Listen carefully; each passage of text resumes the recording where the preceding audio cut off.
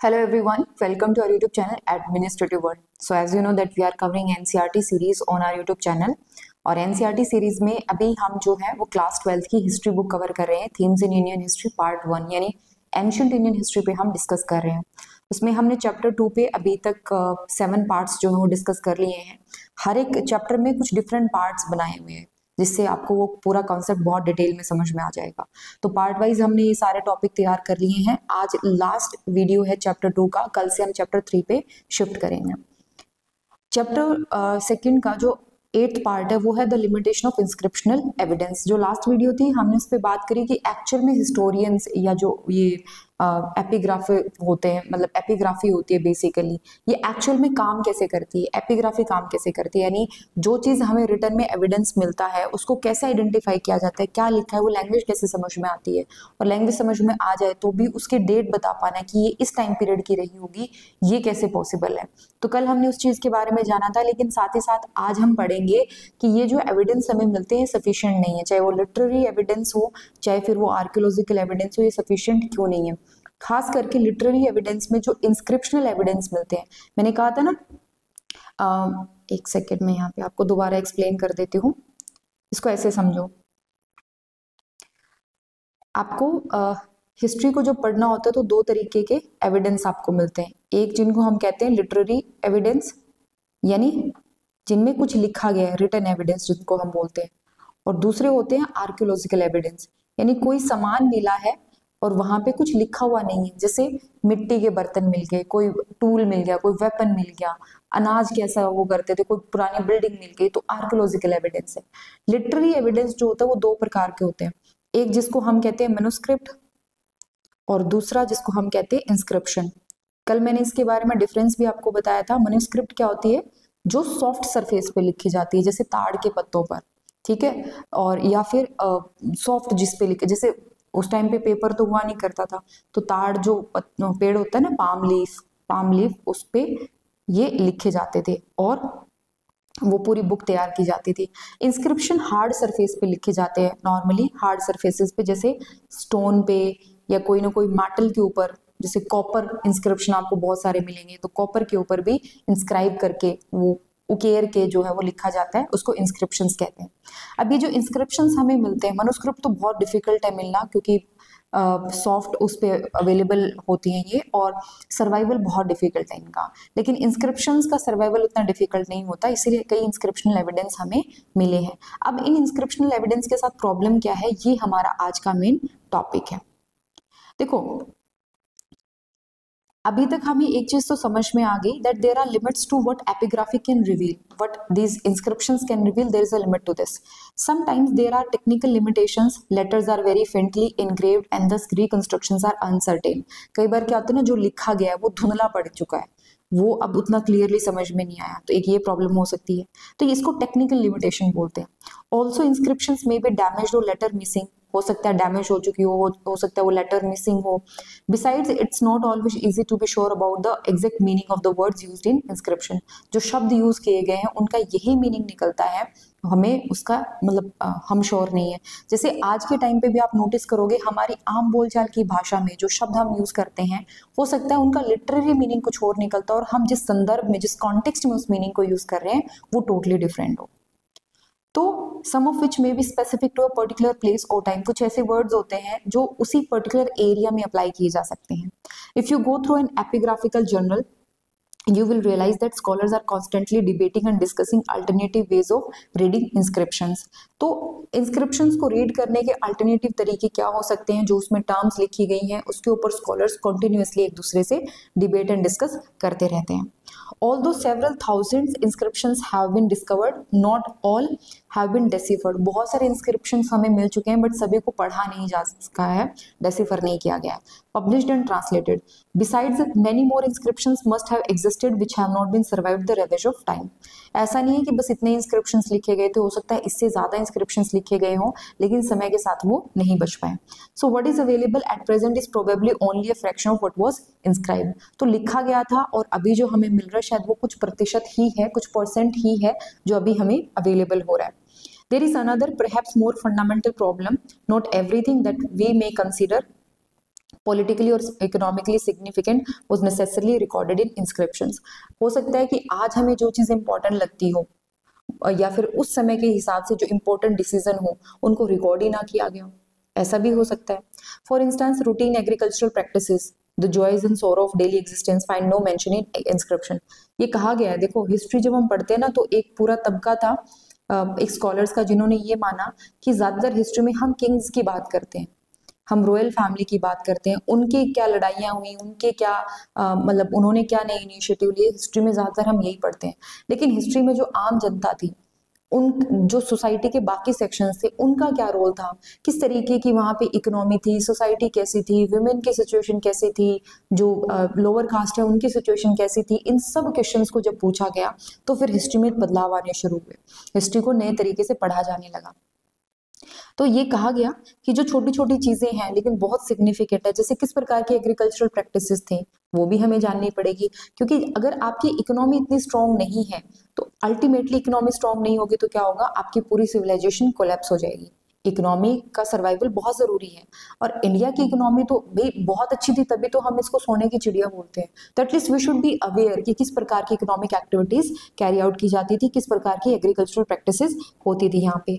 Daily existence में लोगों के सुख दुख, हो सकता है कोई ट्रेजेडी हुई हो, जैसे अखबार के थ्रू आज हमें पता चल जाता है, कोई बहुत अच्छी खबर हुई हो तो हमें पता चल जाता है, लेकिन उस टाइम की चीजों का क्या.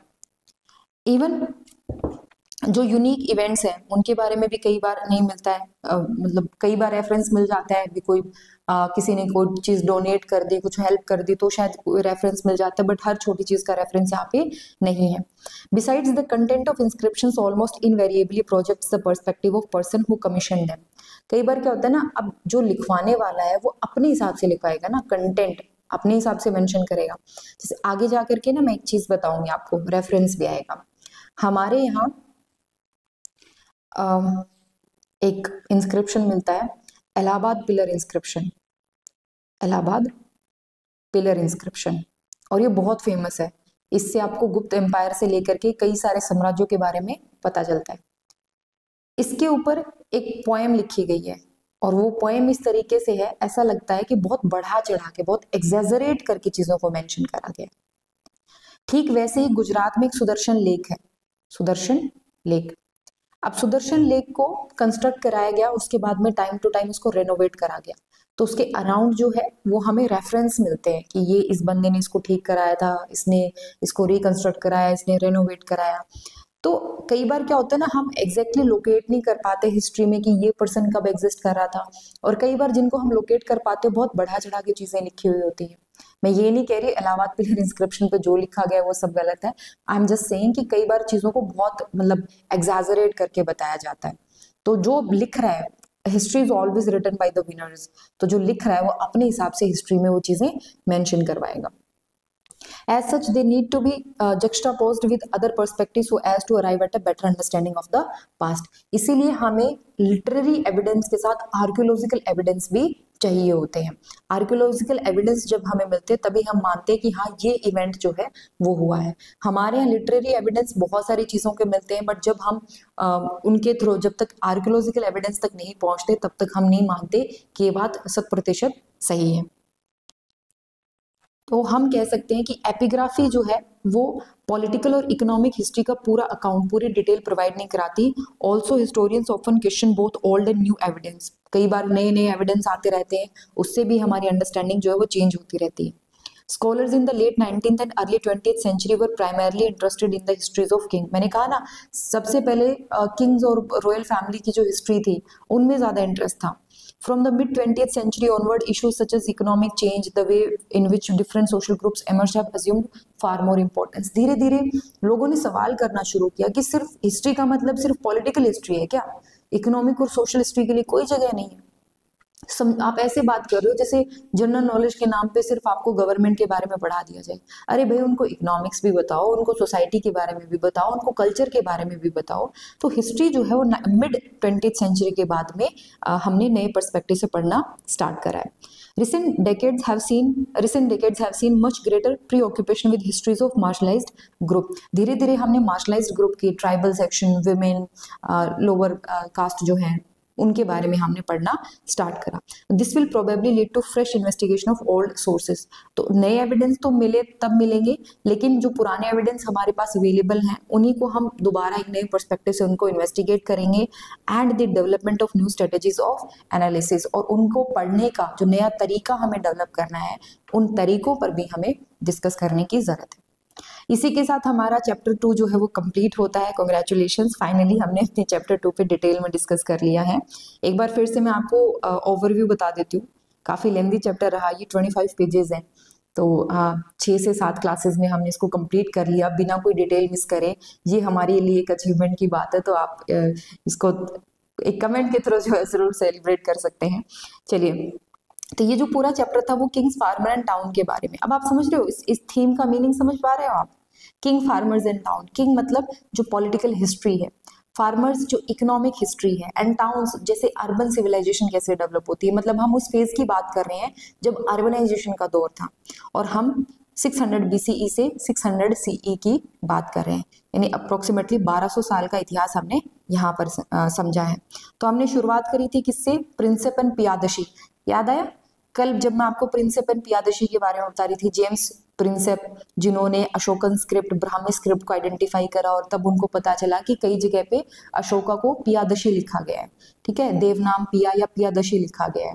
तो यहाँ से आप रिलेट कर पाओगे कैसे? बिल्कुल एक बार रिवाइज कर लेना। पूरा चैप्टर पढ़ लिया, जस्ट एक बार हाथों हाथ, घंटा भर लगेगा, पूरा एक बार रिवाइज कर लेना, बहुत अच्छी सी चीजें समझ में आ जाएगी। तो हमने स्टार्ट करा था महाजनपद से। महाजनपद से फिर हमने मगध एम्पायर के बारे में जानना स्टार्ट करा। मगध एम्पायर में हमने मौर्यन से पहले बाकी जो रूलर थे उनके बारे में हमने पढ़ा। अच्छा, मगध को मौर्य से कंफ्यूज मत कर लेना, मगध एरिया को बोलते हैं और मौर्य डायनेस्टी थी जो रूल करके गई है। तो मौर्य से पहले भी कई लोग थे, कई राजा थे जो रूल करके जा चुके थे। अर्ली एम्पायर की हम बात करते हैं तो हम मौर्यन एम्पायर की बात करते हैं। लॉयन कैपिटल हमने जाना था, जो हमारा अब नेशनल एम्बलम भी है। देन किस तरीके से मौर्यन एडमिनिस्ट्रेशन काम करता है, क्या क्या एरिया उनके अंडर था, और एम्पायर कितना इंपॉर्टेंट था। फिर न्यू नोशन ऑफ किंगशिप, जो साउथ के अंदर चीफ एंड किंग्स, सिर्फ हम जिस तरीके से राजा की सिंहासन को समझते हैं ना, उसके अलावा भी कई और पर्सपेक्टिव हो सकते हैं। अलग अलग एरियाज में अटैक हो रहे थे, that we also get to know. Coins के बारे में हमें पता चला। अब मान लो आपसे क्वेश्चन पूछ लिया जाए कि कॉइन से हमें हिस्ट्री कैसे समझ में आती है, तो आप पूरा रेफरेंस दे पाओगे ना। तो ये देखो, कॉइन्स के बारे में हमने जिक्र किया था। लेटर ऑन ये पूरा का पूरा जो स्टैचू था, इसके बारे में we get to know. Changing countryside, मतलब किंग्स का जो परसेप्शन है वो कैसे चेंज हो रहा था। प्रोडक्शन बढ़ाने, यानी इकोनॉमिक एरिया में किस तरीके से गवर्नमेंट, सॉरी किंग्स जो है वो काम, एम्पायर काम कर रहा था। रूरल सोसाइटी में क्या डिफरेंसेस थे। लैंड ग्रांट्स और रूरल एलिट के बारे में हमने पढ़ा। अब यहाँ से लैंड ग्रांट जो स्टार्ट होती है ना, ये पूरी हिस्ट्री को चेंज कर देगी। मेडिवल हिस्ट्री, आप ये कह सकते हो मेडिवल हिस्ट्री के पीछे जो, medieval history is dominated by the feudal system, और ये फ्यूडल सिस्टम के पीछे लैंड ग्रांट एक बहुत बहुत इंपॉर्टेंट फैक्टर है। तो लैंड ग्रांट के बारे में आप जब समझते हो ना, तो आपको फ्यूडल सिस्टम बहुत अच्छे से समझ में आता है। और फ्यूडल सिस्टम समझ में आता है तो पूरी की पूरी जो आपकी मेडिवल हिस्ट्री है वो समझ में आती है। फिर हमने प्रभावती गुप्त और उनके विलेज के बारे में हमने बात करी थी। टाउन्स एंड ट्रेड में नए शहर जो बने थे, अर्बन पॉपुलेशन में एलिट क्लास और क्राफ्ट्समैन पर्सन के बारे में हमने जाना। Then we get to know श्रेणीज, गिल्ड्स जो होती हैं व्यापारियों की, उनके बारे में हमने पढ़ा। सब कॉन्टिनेंट में कैसे ट्रेड हो रहा था, कॉइन्स और किंग्स के बारे में, डिफरेंट जैसे punch marked coin, gold coin, Yaudheya coin, इन सब के बारे में हमने पढ़ा। देन बैक टू बेसिक्स हमने जाना कि कैसे इंस्क्रिप्शंस को डेसिफर किया जाता है, जो स्टार्ट करी था हमने जिस तरीके से जेम्स प्रिंसेप एंड पियादशी, वहीं पे हम वापस आ गए कि कैसे ये डेसिफर किया गया था। और लास्टली हमने जाना कि डेसिफरमेंट के पीछे क्या लिमिटेशंस है, क्यों ये प्रॉपरली डेसिफर नहीं किए जा सकते, या यहाँ से जो हम इंफॉर्मेशन डेवलप करते हैं उस इंफॉर्मेशन पे हम 100% रिलाई नहीं कर सकते। तो ये इस सारे डिस्कशन के साथ ये चैप्टर जो है वो कंप्लीट होता है। कुछ लास्ट में एक दो बातें और कर लेते हैं। ये एक कॉपर प्लेट इंस्क्रिप्शन है। अब ये जो लिखने का स्टाइल है ना, ऐसे जो पाम लीफ पे मैन्युस्क्रिप्ट लिखी जाती थी ना, वैसे मतलब डिजाइन वैसा है, लेकिन बना किससे? ये मेटल से बना है। कर्नाटका में मिलती है ये 6th सेंचुरी CE की ये इंस्क्रिप्शन है। अब ये टाइमलाइन है देखो, लेकिन ये टाइमलाइन इकोनॉमिक डेवलपमेंट की है, पॉलिटिकल डेवलपमेंट की नहीं, इकोनॉमिक डेवलपमेंट की है। और इकोनॉमिक डेवलपमेंट के लिए एक फिक्स टाइमलाइन मेंशन कर पाना ये बहुत चैलेंजिंग काम है। क्यों? क्योंकि हो सकता है जिस टाइम नॉर्थ इंडिया में कोई चीज बहुत पहले डेवलप हो गई हो, वही चीज जो आपका मध्य भारत है उसमें आने में 100-150 साल लग गए हो। पॉसिबिलिटी है। साउथ इंडिया में हो सकता है और भी लेट पहुंची हो वो चीज, वो टेक्नोलॉजी बहुत लेट पहुंची हो। तो इकोनॉमिक डेवलपमेंट में हम श्योर नहीं होते। पॉलिटिकल डेवलपमेंट के लिए फिर भी हमारे पास एविडेंस है, इकोनॉमिक डेवलपमेंट के लिए हम उतने श्योर नहीं होते। और ये चीज आपके लास्ट में यहाँ पर मेंशन भी है that it is very difficult to date economic development precisely, also there are enormous subcontinental variation which have not been indicated in the timeline। सिर्फ हमने क्या करा है, स्पेसिफिक डेवलपमेंट की जो अर्लीस्ट डेट अवेलेबल है उसी को हमने काउंट करा है कि इस घटना का पहला एविडेंस कब मिलता है। अब वो कहीं पर मिल रहा हो लेकिन उसको हम क्या कर रहे हैं, रेफरेंस पॉइंट मान रहे हैं। जैसे the date of Kanishka accession is not certain and this has been marked with a. Kanishka कौन थे? कुषाण रूलर थे जिनके टाइम पे गोल्ड कॉइन इशू करे गए थे। तो उनका वो गद्दी पे कब बैठते हैं इसको लेकर के श्योरिटी नहीं है, इसलिए हमने वहां पे क्या मेंशन कर दिया, ए मेंशन कर दिया, एक्सेशन ऑफ कनिष्क। इसके बारे में बात करेंगे बट ये डेवलपमेंट समझ लीजिए। 600 to 500 BC के बीच में पैडी ट्रांसप्लांटेशन यानी राइस कल्टीवेशन के हमें एविडेंस मिलते हैं। गंगा वैली में अर्बनाइजेशन स्टार्ट हो चुका था। महाजनपद और पंचमार्ग कॉइन के एविडेंस मिलने स्टार्ट हो जाते हैं। 500 to 300 BC में मगध ने अपना महाजनपद में मगध पावरफुल होने लगा था। फिर 327 से 325 के बीच में अलेक्जेंडर मैसिडोनियन जो प्रिंस मान लीजिए, रूलर मान लीजिए, वो अटैक करता है, इन्वेड करता है इंडिया पे। 321 में चंद्रगुप्त मौर्य मगध एम्पायर के जो नंद वंश था उसको हरा करके चंद्रगुप्त मौर्य राजा बन जाते हैं। 272, 268 और से लेके 231 के बीच में अशोका रहते हैं। हम श्योर नहीं है 272 है कि या 268 है, हिस्ट्री इस बात को लेकर के श्योर नहीं है, बट हाँ लास्ट डेट 231 BCE है। 185 BC में मौर्यन एम्पायर खत्म हो जाता है। 200 यानी आप देख सकते हो तकरीबन 45-50 साल बाद अशोका के डेथ के इतने टाइम बाद मौर्यन एम्पायर खत्म हो जाता है। उसके बाद में 200 से लेके 100 BC तक नॉर्थ वेस्ट में इंडो ग्रीक रूल कर रहे थे, चोला, चेरा और पांड्या साउथ इंडिया में रूल कर रहे थे और डेक्कन में सातवाहन। ये पोस्ट मौर्यन एम्पायर में आप पढ़ोगे, पोस्ट मौर्यन एम्पायर। तो पोस्ट मौर्यन एम्पायर में मौर्य पूरा कंसोलिडेट करके बैठे थे। जैसे मौर्य हटे तो उसके बाद में वेस्ट एरिया में नॉर्थ वेस्ट में इंडो ग्रीक आ चुके थे।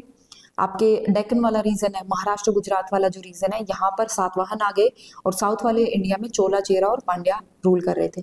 ऐसा नहीं है साउथ इंडिया में मौर्यन एम्पायर रूल कर रहा था पहले, नहीं, साउथ इंडिया को जीतना बहुत डिफिकल्ट रहा है, वहां पे अलग ही पूरी पॉलिटी चली है, तो वहां पे चोला, चेरा एंड पांड्या रूल कर रहे थे। ये हम संगम टेक्स्ट पढ़ेंगे ना तब और क्लियर होगा। 100 BC से 200 BC तक शाका पीपल जो सेंट्रल एशिया से आए थे ये नॉर्थ वेस्ट में रूल कर रहे थे। अब देखो इंडो ग्रीक की बजाय अब कौन आ गए, शाका रूलर, जिनको शक रूलर भी कहा जाता है, वो आ चुके हैं। और रोमन ट्रेड और गोल्ड कॉइनेज के रेफरेंस हमें मिलते हैं। याद है शक, आप शक संवत पढ़ते हो, जो हिंदी कैलेंडर होता है ना उसमें शक संवत का जिक्र आता है, तो वो शक यही है, इनको हरा करके ये कैलेंडर जो है वो लाया गया था।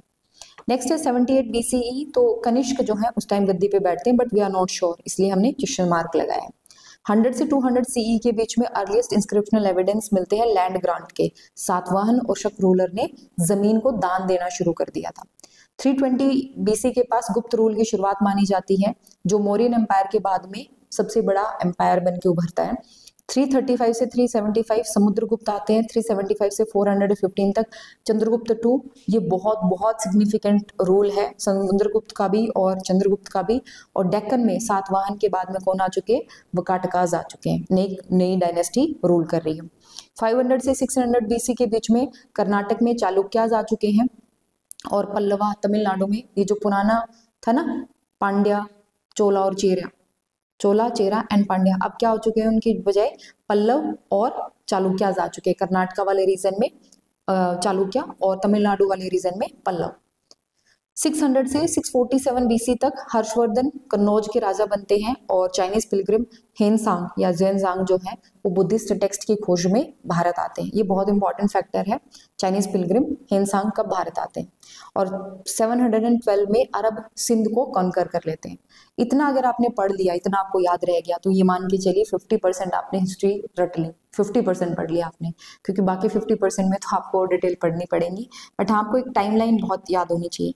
ये अगर मान लो शुरुआत में ये ईयर याद करने में बहुत दिक्कत हो रही हो, हिस्ट्री के साथ है ना सबसे बड़ी प्रॉब्लम यही होती है, हिस्ट्री आप पढ़ना बहुत इंजॉय करते हो, बट जैसे ही बात ईयर्स को याद करने में आती है लोगों को लगता है नहीं नहीं ये याद नहीं होगा। इट्स ओके अगर आप ईयर एग्जैक्टली याद नहीं कर पा रहे, तो ये जो क्रोनोलॉजी है पहले क्रोनोलॉजी याद करिए, उनको समझिए, उस एरिया की कंडीशन समझिए, और धीरे धीरे फिर आप लिंक एस्टैब्लिश करने लगेंगे, और जैसे वो लिंक एस्टैब्लिश होंगे 2-3 बार रिवीजन करने से, तो फिर ईयर भी आपको बहुत अच्छे से याद रहने लगेंगे। ईयर्स को याद करना उतना मतलब प्रायोरिटी पे नहीं है जितना डेवलपमेंट को समझना है, डेवलपमेंट समझिए। ओके आप क्रोनोलॉजी समझिए। Okay major advances in epigraphy, epigraphy मतलब इंस्क्रिप्शनल स्टडीज में क्या क्या डेवलपमेंट हुई है, तो 1784 के अंदर एशियाटिक सोसाइटी बंगाल की जो है उसकी शुरुआत हुई थी। 19th सेंचुरी में बात करें तो 1810 में कॉलिन मैकेंजी है वो 8000 से ज्यादा इंस्क्रिप्शन उन्होंने कलेक्ट करे थे संस्कृत और द्रविडियन लैंग्वेज में। 1838 में अशोकन ब्राह्मी स्क्रिप्ट को डेसिफर किया गया था जेम्स प्रिंसेप के द्वारा। 1877 में अलेक्जेंडर कनिंघम ये अशोकन इंस्क्रिप्शन पब्लिश करते हैं। अब ये कौन थे, तो आर्कियोलॉजिकल सर्वे ऑफ इंडिया के ये डायरेक्टर थे अलेक्जेंडर कनिंघम। 1886 में फर्स्ट इश्यू ऑफ एपिग्राफिका कर्नेटिका एक जर्नल है साउथ इंडियन इंस्क्रिप्शन का, वो पब्लिश किया जाता है। और 1880 में first issue of Epigraphia Indica, Epigraphia Carnatica और एपिग्राफिका इंडिका, ठीक है, ये 2 साल के डिफरेंस में आते हैं। 20th सेंचुरी की अगर हम बात करें तो 1965 से 66 के बीच में DC Sircar Indian epigraphy and Indian epigraphical glossary ये पब्लिश करते हैं। कुछ इंपॉर्टेंट चीजें हैं हमारी हिस्ट्री को समझने के लिए, overall information, and then there are certain questions to practice. लिखिएगा इनको, जैसे discuss the evidence of craft production in early historic sites cities, in what ways is this different from the evidence from Harappan city. Early historic cities और Harappan cities के बीच में क्या difference था उसको पढ़िए। तो लास्टली जो हमने पढ़ा था लास्ट चैप्टर, उससे आप इस क्वेश्चन को बहुत अच्छे से आंसर कर पाएंगे। Describe the salient feature of mahajanapada, how do historian reconstruct the life of ordinary people. इसमें first question, second question important है। Then compare and contrast the list of things given to Pandyan chief, those produced with the village of Danaguna। ये आप लिख सकते हो इच्छा हो तो आपकी। List some of the problem faced by epigraphist, जो inscription readers थे वो क्या क्या problem face करते थे ये बता सकते हो आप।